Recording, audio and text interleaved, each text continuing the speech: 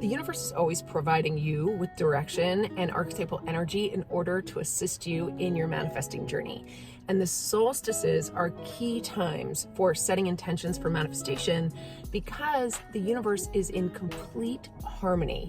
Now, when the universe is in complete harmony at that one moment in time at the solstice, we are essentially accessing the 0 point field or the God field. So when we set our intentions during this time, they become significantly more potent. But just setting intentions really isn't enough for manifestation because we have to take some level of effort in order to produce what we want. Now, a lot of people will tell you effortless manifestation, effortless marketing, effortless this. If things were truly effortless, they couldn't be created. Now, I like to think that the tools and techniques that we use in my practice are more about using less effort and using aligned or the right effort in order to create what you desire. Remember that you are a creator. You are creating your life experience in a much larger co-created reality. So if someone's telling you or your reality, be mindful of listening to that, because if you think that you create your reality, then there are going to be things that show up in your reality that are unjustifiable, like a certain sickness that the entire world experienced about 4 years ago at the time of producing this video. So you can see you don't really create your reality because you probably wouldn't have created that sickness, nor would you have created the loss of a loved one or gas prices at $4 or $5, even $6 a gallon. So you don't create your reality, but you do create your experience in a much larger co-created reality. When we think about the solstice actually shows us how to manifest our experience inside of this co-created reality. And that is largely about taking the divine masculine and the divine feminine and employing them together in order to produce the child, right? Because that's what the divine trinity is. It's the mother, the father, the child. So when we take the masculine and the feminine and put them into perfect harmony, we produce a much more pristine child, which is the manifest experience. Now, we have to get familiar with the masculine and the feminine in order to employ them to produce this child. So when you think about what you want to manifest, you also want to think of what are the masculine qualities that I need for this manifestation and what are the feminine qualities I need for this manifestation. So the masculine, you probably already know, is very much action-oriented, it's goal-oriented, it's physical exertion. And then the feminine is more like that receiving, that womb, that creativity, and also a lot of chaos, right? But the thing is that there is a lot of creativity in chaos. That's why so many guys think women are hot messes. Well, yeah, we tend to be a little messy, particularly with our emotions, because we embody so much of that femme energy that it's messy. But there's creativity in all of that mess, especially in our feelings and emotions. And if you agree, please drop a comment below, because I know a lot of you feel that way. Now, one thing I want to take out of the equation is this idea that we should all be in our divine feminine. That's not really any better than having a lot of masculine energy. We really want a balance of divine masculine and divine feminine, but most of us have forgotten about what the feminine energies are, what those qualities are, and how to really lean into them and embody them as part of your energetic presence or signature. And that's why so many people on earth at this time are bringing back the divine feminine. And our job is to embody the masculine and the feminine at the same time in order to produce that pristine child. So all I want you to do is write down exactly what you intend to manifest.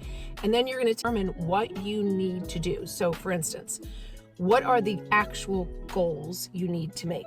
When we talk about manifesting, not everything is magic. We really do need to create goals. I think you've probably heard me say this before, but when I walked into my therapist's office 15 years ago and said, here's a list of my healing goals, he was dumbfounded because he had no idea how to approach it. And I was like, look, I need to move forward. I need progress. I want to stop dealing and start healing. So when I gave these goals to him, he really didn't know what to do with it. And that was part of one of the reasons I quit therapy. Not that therapy's a bad thing, but it just didn't work for me. It did not progress me along my healing path.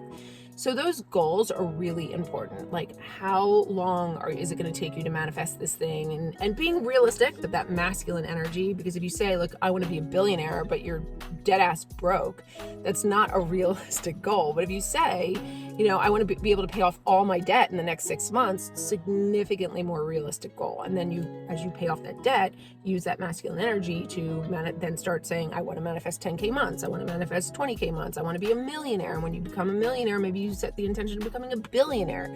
So you just need to be at that very smart, masculine, linear energy that gets you from point A to point B. Now, there is some physical exertion on the masculine side. So when you set those goals, you have to ask yourself, what action do I have to take in the physical world in order to accomplish these goals? So for instance, if you're trying to pay off debt, maybe you meet with a debt consolidation company, or you talk to a sibling or a family member or a friend about a loan, you go to a financial advisor. So those are the really masculine energy, that masculine energy that you take in order to keep that intention living. Okay, that's really important, because I see so many people creating intentions and they just die off because they don't give them any attention throughout the manifesting journey.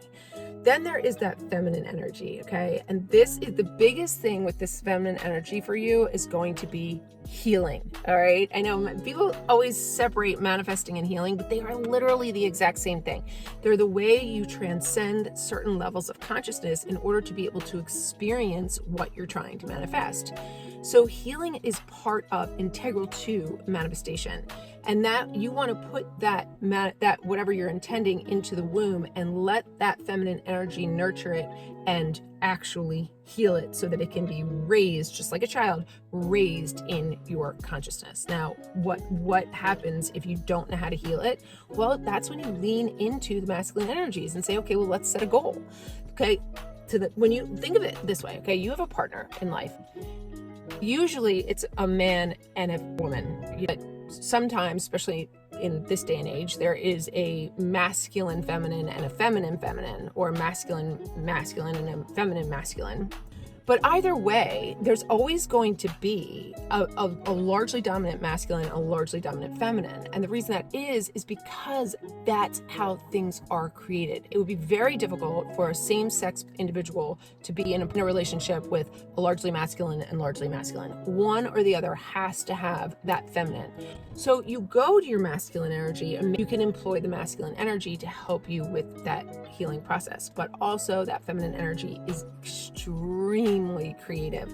So if you just sit with your intuition and you allow those downloads to come in, you ask yourself and you ask your higher self, your God self, how am I going to heal the money wound, take down the heart wall? How am I going to get more motivation for fitness? How am I going to create the environment, that womb, for manifesting what I desire and deserve? So when you employ the divine masculine and the divine feminine, particularly on the solstice, to allow the blanket of that divine harmony and balance that exists in that universal space to literally envelop you, then you can carry that energy forward while you're carrying the intention forward. Remember, don't let the intention go by just letting it go. A lot of people say, and then let it go.